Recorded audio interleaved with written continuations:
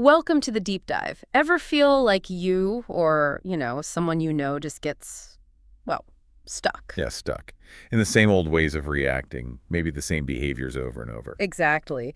That's really what we're diving into today, emotional rigidity. It's this tendency we have to fall into set patterns. Right. It can show up as difficulty managing emotions or maybe avoiding new things, new experiences. Or even struggling to change habits, attitudes, or just, really getting where someone else is coming from, their perspective. And what's really fascinating based on the material we've been looking at is this idea that maybe this stuckness, Yeah. it might actually be the default state for a lot of us. That's the surprising part, isn't it? That it's not some rare condition, but maybe just baseline human tendency. Well, the thinking is it's not always about being deliberately stubborn. It often points to something deeper, like a preference for what's familiar. An automatic thing, like Yeah. retreating to what we know. Kind of, yeah. An unconscious comfort zone, even if those pathways, those habits, aren't actually useful anymore. It can really limit how we adapt and connect with people. Okay, so this isn't just abstract theory then. We're going to explore how understanding this emotional rigidity, seeing it in ourselves, seeing it in others, can actually be, well, a key. A connection, maybe even persuasion. Exactly. We've looked at some research on emotional rigidity itself, and then we took this really interesting path into the art of seduction. Focusing specifically on Casanova, the legendary figure. Right. Now, a psychological concept on one hand, and a historical figure known for his, let's say, persuasive charm. They might seem totally unrelated. Like odd bedfellows, yeah. But trust us, there's a connection here that's actually really insightful. And that contrast is kind of the point, isn't it? You have the why, the psychology of why we get stuck, and then you have Casanova as this masterclass in navigating that exact human tendency. So our mission for you in this deep dive is to unpack that. How recognizing this emotional rigidity, yours and others, can lead to, well, better communication. Stronger relationships, maybe more effective interactions generally. We want you to leave this feeling a bit more tuned in to that subtle dance of human connection. Okay, so let's dig into emotional rigidity a bit more. It's not just, like you said, being stubborn. No, often it's rooted in this unconscious thing, maybe a fear of the unfamiliar, a real preference for routine, for what feels predictable. Even if those routines aren't actually good for us. Precisely. There's a strange comfort in the familiar, isn't there? Think about a habit you know isn't great, but you keep doing it. Or an opinion you hold on to without really examining why. Yeah, it's less about fighting change consciously and more about that pull towards the known. And if you think about how that plays out with other people, that rigidity can become, as some of the material puts it, anti-seductive. Anti-seductive, Yeah. Meaning it pushes people away. Essentially, yeah. It hinders your ability to attract or connect. If you're so locked into your own world, your own feelings, that you can't really step into someone else's. It just builds walls. Like trying to talk different languages. Exactly. A fundamental disconnect. Which brings us to the flip side. Emotional flexibility.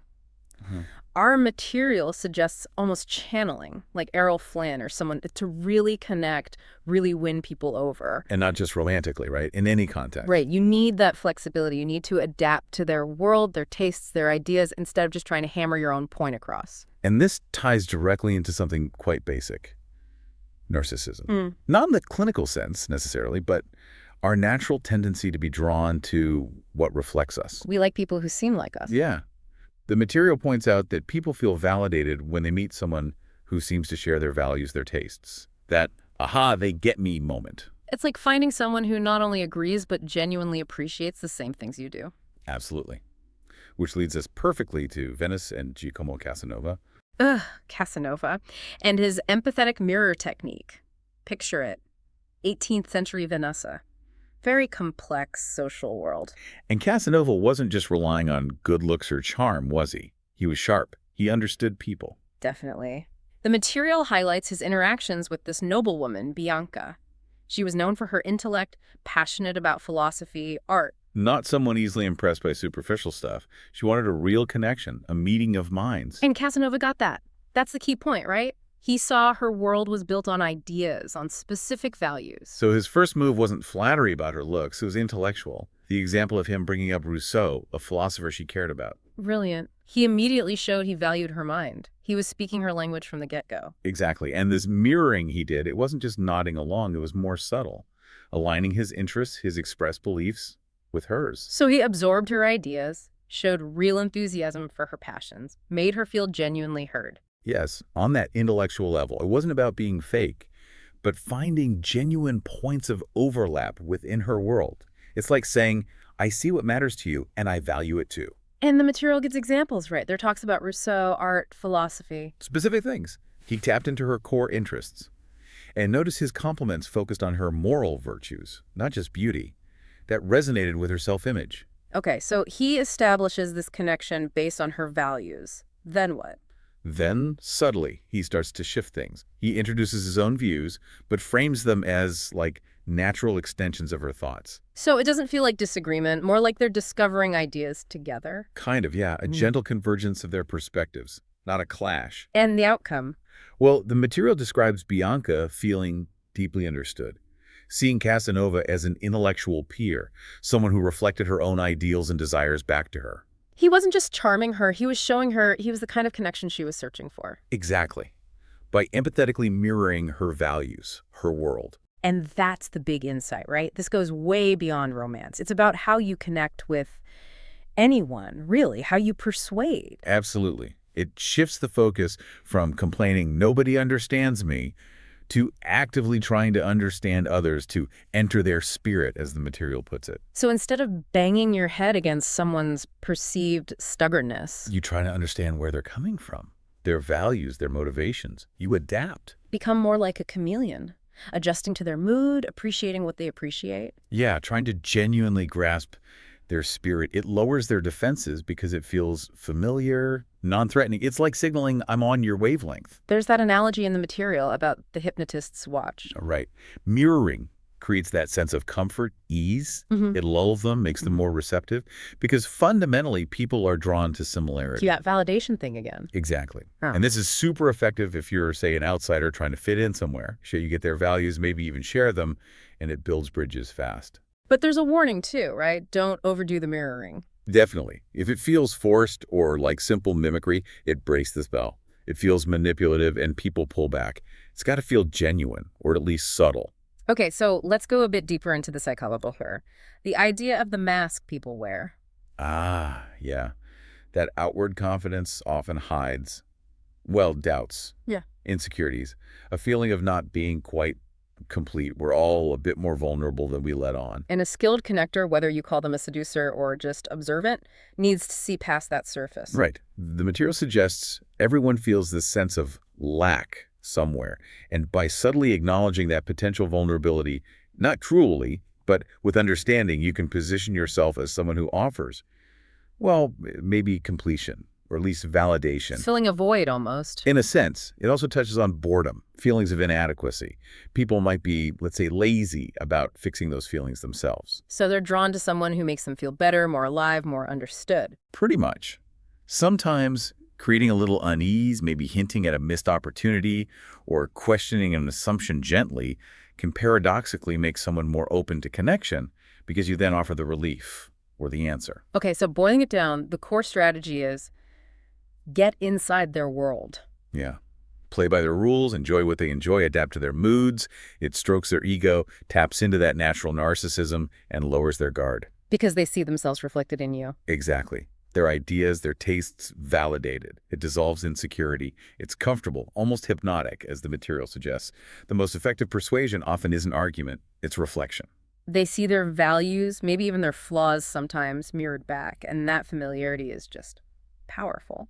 Which leads nicely into two specific strategies the material highlights for entering people's spirit. First one, flatter their intelligence. Okay, so instinctively we might argue, right, try to prove our point. Yeah, but that usually just makes people defensive. They cling tighter to their own view. The suggestion is, don't do that. Be neutral, or even agree initially. Better yet, subtly agree. Winning the argument isn't always the goal if you want to connect or persuade. Make them feel smart first. Make them feel like they figured it out. Right. There's that great line attributed to Disraeli. If you wish to win a man's heart, allow him to confute you. Let them persuade you. Kind of. Start with a slightly different view, maybe. Then let their arguments convince you. They feel brilliant, influential. Then you might gently guide the conversation. And just asking for advice works too, right? Flattering their expertise. Absolutely. Makes them feel valued for their wisdom. Okay, strategy 2. Allay their insecurities. This is crucial. Everyone has them. Looks, intelligence, status, something. First step is just listen, observe. Try to figure out what they might be sensitive about. And then obviously don't poke those sore spots. Absolutely not. Avoid triggering those insecurities at all costs. People are hyper-aware of anything that confirms their fears. But the strategy goes further, doesn't it? It's not just avoiding the negative. Right. It's actively praising or flattering the very things they seem most insecure about. Even if they might seem to see through it. Yeah. The material suggests that even if they dismiss it outwardly, that validation often lands on a deeper level. We crave acceptance in those vulnerable areas. Yeah. And feeling liked makes people like you back. It builds rapport. That makes sense.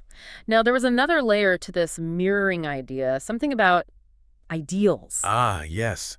The crushed ideals. This is fascinating. Mirroring not just who someone is, but who they wanted to be. Like their younger dreams or aspirations. Exactly. Many people feel, a bit disappointed maybe that life involved compromises, that youthful ideals got, well, crushed or faded. So the idea is to find out what those ideals were. Yeah, and then reflect those back.